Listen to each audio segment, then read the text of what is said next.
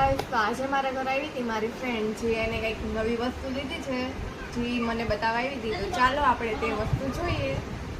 તો ગાઈસ, આ છે મારી ફ્રેન્ડ, જે મને બતાવવા આવી હતી એનો નવો પેન્ડલ ચેન. એનો પેન્ડલ ચેન મને તો બહુ ગમ્યો. એને પેન્ડલ ચેન કેવો લાગે છે કમેન્ટ કરીને જરૂર કહેજો. પછી હું અને મારી ફ્રેન્ડ બંને ગયા બારે બેસવા માટે. બેઠા બેઠા અમે તો જોતા હતા મોબાઈલ.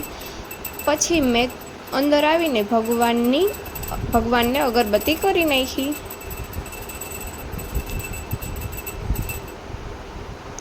પછી મારે બનાવી હતી બિરયાની, એટલે મારી ફ્રેન્ડ મારા ઘરે આવી તો મેં કીધું હાલ તું મસાલો સુધારવા માટે બેસી જા. પછી એને પણ મેં કામે લગાડી દીધી.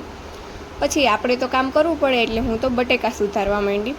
પછી આપણી બિરયાનીમાં નાખવા માટેની બધી સામગ્રી થઈ ગઈ હતી મસ્ત મજાની રેડી. પછી તો આપણે તેલ, રાઈ, જીરું, ગરમ મસાલો બધું નાખ્યું અને થોડીક વાર એને ગરમ થવા માટે રાખી દીધું. તે ગરમ થઈ ગયું એટલે એમાં ડુંગળીનો વઘાર કર્યો. પછી તેમાં ટમેટાં બધું નાખ્યું. પછી બટેકા નાખ્યા અને પછી આદુ લસણની પેસ્ટ નાખી. પછી તેમાં સ્વાદ પ્રમાણે મીઠું, જીરું, હળદર,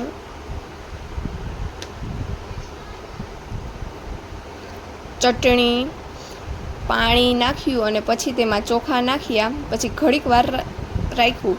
પછી આપણી બિરયાની થઈ ગઈ હતી મસ્ત મજાની રેડી. પછી તેમાં લીંબુ નાખીને મેં તો ખાઈ લીધું. બિરયાની કોને ભાવે કમેન્ટમાં કહેજો. પછી તો આપણે વાસણ કરવા માટે બેસી ગયા. આજનો મિની બ્લોગ આયા લગી. મિની બ્લોગ ગમ્યો હોય તો લાઈક, શેર, સબસ્ક્રાઈબ જરૂર કરજો. Bye bye.